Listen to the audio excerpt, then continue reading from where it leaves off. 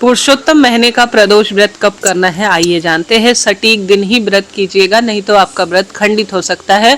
प्रदोष व्रत करने का एक नियम होता है कि शाम के समय त्रयोदशी तिथि व्याप्त होनी चाहिए, तभी हमारा प्रदोष व्रत सफल माना जाता है। इस बार दुविधा की स्थिति है, तो ध्यान से सुनिएगा, अंत तक बने रहिएगा। इस वीडियो में आप जानेंगे सरल उपाय जो आसानी से आप अपने घर पर कर सकते हैं और क्या नियम आपको रखने हैं।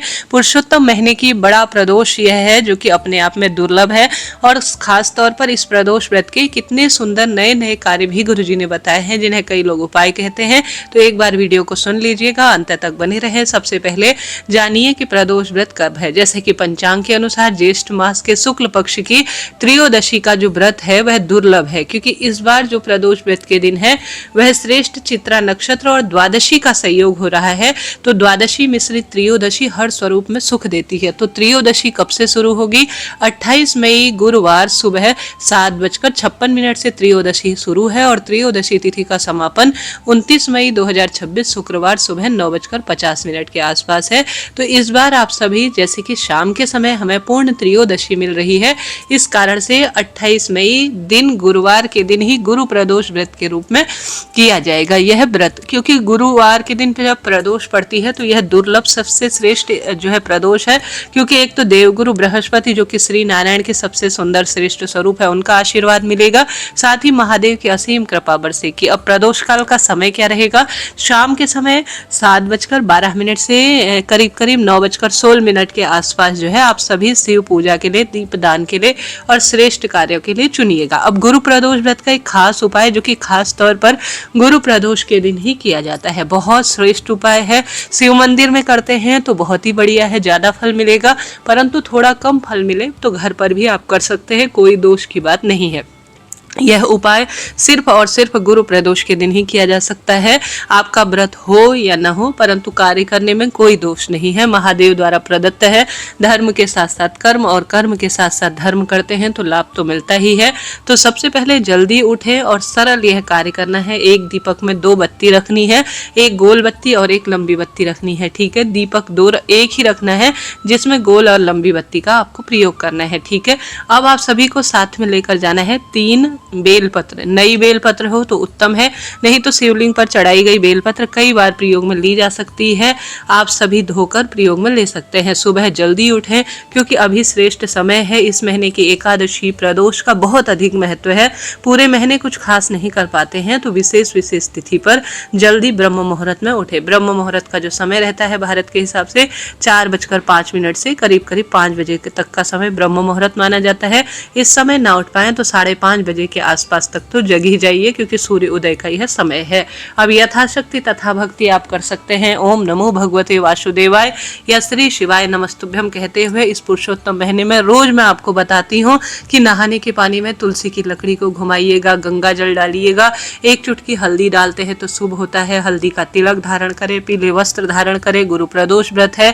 घर के द्वार पर 1 चुटकी हल्दी का जल छिड़काव करें, द्वार पर हल्दी का दीपक अपने घर की ओर मुख करते हुए या आप पूर्व या उत्तर दिशा की ओर दीपदान करें। यह हमारे घर पर हमारे पितरों को, हमारे सभी देवी देवताओं को आमंत्रित करता है और यह काम सबसे उत्तम माना जाता है, आप सब जानते होंगे। अब गुरुवारी एकादशी श्रेष्ठ द्वादशी है, कई लोग अपना व्रत पारणा करेंगे, त्रयोदशी व्रत धारण करेंगे। ऐसी स्थिति में आपके घर पर जो तुलसी है उसमें कच्चा दूध और हल्दी जरूर चढ़ाएं। इससे तुलसी माता पोषित होती हैं और आपके सौभाग्य में वृद्धि करती हैं।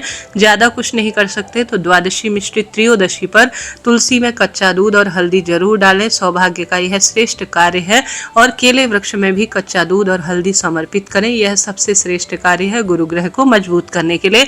और आप सभी 5-7 परिक्रमा ओम नमो भगवते वासुदेवाय कहते हुए परिक्रमा इत्यादि करें। केला और तुलसी की पूजा इस दिन भाग्य प्रबल करने के लिए है। उसके पश्चात सरल और श्रेष्ठ तरीके से भगवान का जो आपका विग्रह स्वरूप है, जैसे कि आपके घर पर लड्डू गोपाल है या श्री नारायण है, द्वादशी के दिन आप सभी को कच्चा दूध और हल्दी और तुलसी पत्र डालकर शंख में जो जल भरकर या दूध भरकर भगवान जी को स्नान कराना चाहिए। इससे सभी कामना सिद्ध हो जाती हैं। तुलसी की लकड़ी का दीपक अपने घर के मंदिर में जरूर जलाएं। मैं हमेशा आप सभी को रोज बताती हूँ ये बात।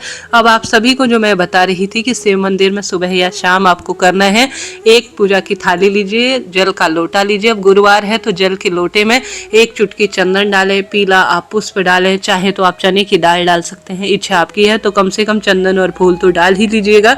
इसे ले जाकर घर के मंदिर में या महादेव के मंदिर में करें।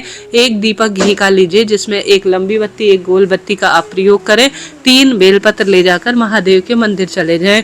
सरल तरीके से आप सभी को आप जो है बृहस्पतिश्वर महादेव की जय कहते हुए सबसे पहले शिवलिंग पर 3 स्थानों पर आपको बेलपत्र रखना है। सबसे पहला जो बेलपत्र है वह नंदी बाबा का जो पीठ होती है, कुबड़ सा होता है, उस स्थान पर अपनी मनोकामना कहकर, कोई भी कामना हो सकती है, पुत्र विवाह, नौकरी, रोग, कर्ज, धन, परीक्षा, उसके तहत आप सभी को नंदी बाबा के उठे हुए पीठ पर एक बेलपत्र चढ़ानी है। दूसरी माता रानी के हस्त कमल पर आपको अपनी कामना कहते हुए रखना है। अंतिम तीसरी बेलपत्र आपको शिवलिंग पर चढ़ा देनी है। जो दीपक है ना जिसमें गोल और लंबी बत्ती आपने रखी है, गुरु प्रदोष व्रत के दिन या तो नंदी बाबा और महादेव के बीच का स्थान जो खाली होता है उस स्थान पर आपको वह दीपदान अपनी कामना कहते हुए रख देना है। अगर आप ऐसा न कर पाए तो आप सिर्फ उस स्थान को स्पर्श कर कर आप शिव मंदिर में इस दीपदान को कर कर महादेव को अपनी कामना कहकर घर की तरफ आ जाए। बहुत सरल उपाय है जी, लाभ तो होता ही है। तो पहला उपाय यह करें। दूसरा उपाय, बेलपत्र पेड़ आपके घर पर है तो सरल तरीके से करें। आप सभी को बेलपत्र वृक्ष को कच्चे दूध और जल से सींचना है। इस दिन 12 ज्योतिर्लिंग का ध्यान कर कर आपको 2 दीपक बेलपत्र पेड़ की जड़ में लगाना है। एक तो सरसों के तेल का, एक घी का दीपक लगा, एक सरसों के तेल एक घी का दीपक लगाना है। दोनों में लंबी बत्ती का ही प्रयोग करें। सरसों के तेल का दीपक आपके बाएं हाथ की तरफ होगा, घी का दीपक आपके दाएं हाथ की तरफ होगा। आप घर की तरफ आ जाएं, बेलपत्र वृक्ष को प्रणाम कर कर और बेलपत्र वृक्ष को स्पर्श करते हुए आप कहें कि हे महादेव, आज मैंने इस शुभ अवसर पर अर्थात प्रदोष, गुरु प्रदोष के दिन 2 दीपदान आपके निमित्त किए हैं, बेलपत्र की पूजा की है, मुझे इसका सुंदर परिणाम देकर मेरा भाग्य उदय करे। ऐसी प्रार्थना कर कर आप आ जाए। मेरे द्वारा बताई गई जानकारी आपके लिए उपयोगी रहती है तो कमेंट्स में भगवान के नाम के जयकारे लगाएं। कोई भी प्रश्न हो, मैं आपकी नेहा जोशी, आप सभी पूछ सकते हैं, कोई दिक्कत की बात नहीं है। इसके साथ साथ प्रदोष व्रत के दिन जैसा कि गुरुजी कहते हैं बैसाख और ज्येष्ठ महीने की प्रदोष और ये अधिक मास जेठ का ही है, ऐसी स्थिति में अनार का फूल 1 या 2 प्रदोष के दिन भी घर के शिवलिंग या महादेव के मंदिर के शिवलिंग में अनार का फूल समर्पित करते हैं। तो आप जानते होंगे अनार का रस शिवलिंग पर चढ़ाने से, अनार का फूल शिवलिंग पर चढ़ाने से धन की परेशानी दूर होती है। ज्यादा आप कुछ भी नहीं करते, आप इन उपायों को रोज कह कह के रोज करके थक गए हैं या हर स्वरूप में आपने करके देख लिया है। वैसे तो देखिए इनको करने में किसी का नुकसान है नहीं, हम महादेव द्वारा चीजों को प्रदान करते हैं, वही हमारे कर्ता धर्ता हैं, उन्हीं को दिया हुआ सामग्री उन्हीं को समर्पित करते हैं। बस यह मन के भाव हैं कि महादेव इस तरह से आप प्रसन्न हो जाइए कहते हुए अब ज्यादा आप कुछ नहीं कर सकते तो कम से कम 3 दीपक प्रदोष काल की शुभ वेला पर जरूर से प्रज्वलित कीजिए। एक दीपक घर के द्वार पर, क्योंकि महादेव शाम के समय जब धरती पर मां पार्वती के साथ प्रदोष बेला पर भ्रमण पर निकले तो आपके द्वार पर जलता हुआ जो दीप है वह उन्हें घर की ओर निमंत्रण रूप में हो। तो एक तो घर के द्वार पर दीपदान करें, दूसरा दीपदान शिव मंदिर या शिव मंदिर की चौखट पर, तीसरा दीपक आप बेलपत्र पेड़ की जड़ में दीपदान करें। तो 3 दीपक आपको जरूर से समर्पित करना है। जिसने यह 3 दीपदान कर लिया उसने समझ लीजिए सब कुछ प्राप्त कर लिया। आप प्रदोष व्रत नहीं कर सकते, आप शिव मंदिर नहीं जा सकते हैं तो प्रदोष काल में सिर्फ शिवलिंग पर जल का लोटा समर्पित करने से और द्वार पर दीप दान करने से साल में जितने भी प्रदोष आते हैं उनका संपूर्ण फल मिल जाता है। प्रदोष व्रत अभी करना ठीक नहीं है, पहले से करते आ रहे व्रत तो कर सकते हैं, परंतु अभी 15 तारीख को 15 जून को ये जो खरमास है वह समाप्त हो जाएगा। फिर आप अधिक मास समाप्ति के बाद नया व्रत शुरू कर सकते हैं। कैसे किया जाता है प्रदोष व्रत, कमेंट्स में वीडियो पिन है, एक बार आप जरूर देख लीजिएगा। इस तरह से यह मैंने आपको जानकारी बताई। आप सभी इस दिन दान के रूप में गुरुजी द्वारा बताई गई चीज क्या कर सकते हैं स्क्रीन पर दिया है ताकि आपको परेशानी ना हो, परंतु इसका सबसे अच्छा दान होगा इस दिन पीले रंग के वस्त्र। गुरुजी ने भी पीले रंग का वस्त्र ही बताया है, तो आप सभी संभव हो तो पीले रंग का कोई भी वस्त्र दान करें, चाहे तो चने की दाल रखकर दान करें या किसी भी स्वरूप में दान करें, परंतु चने की दाल का दान करना स्वर्ण दान के समान माना जाएगा। तो करके देखिएगा, लाभ मिलेगा। प्रश्न और साथ के साथ इस दिन श्री नारायण की भक्ति करें, दान पुण्य करें। शिव मंदिर में आज के दिन 33 दीपक की एक बत्ती का दान करना या 33 दीपकों का दान करना, आप मालपुआ बैजंती माला रखकर दान करना किसी मंदिर में, यह भी बहुत लाभदायक माना जाता है। जाता है, क्योंकि ये जो विशेष तिथि है ना, इन पर किया गया सत्कर्म कभी खाली नहीं जाता। आज के दिन श्री शिवाय नमस्तुभ्यम महामंत्र का जाप करना, निर्धन जन की सेवा करना, वृद्ध जनों को दान पुण्य करना, जल प्याऊ इत्यादि की कैसे भी व्यवस्था करना, पवित्र वृक्षों का सिंचन करना, नाम जाप करना, प्रभु चिंतन करना लाभ ही लाभ देता है जी। अभी के लिए इतना ही। राधे राधे, हरे कृष्ण।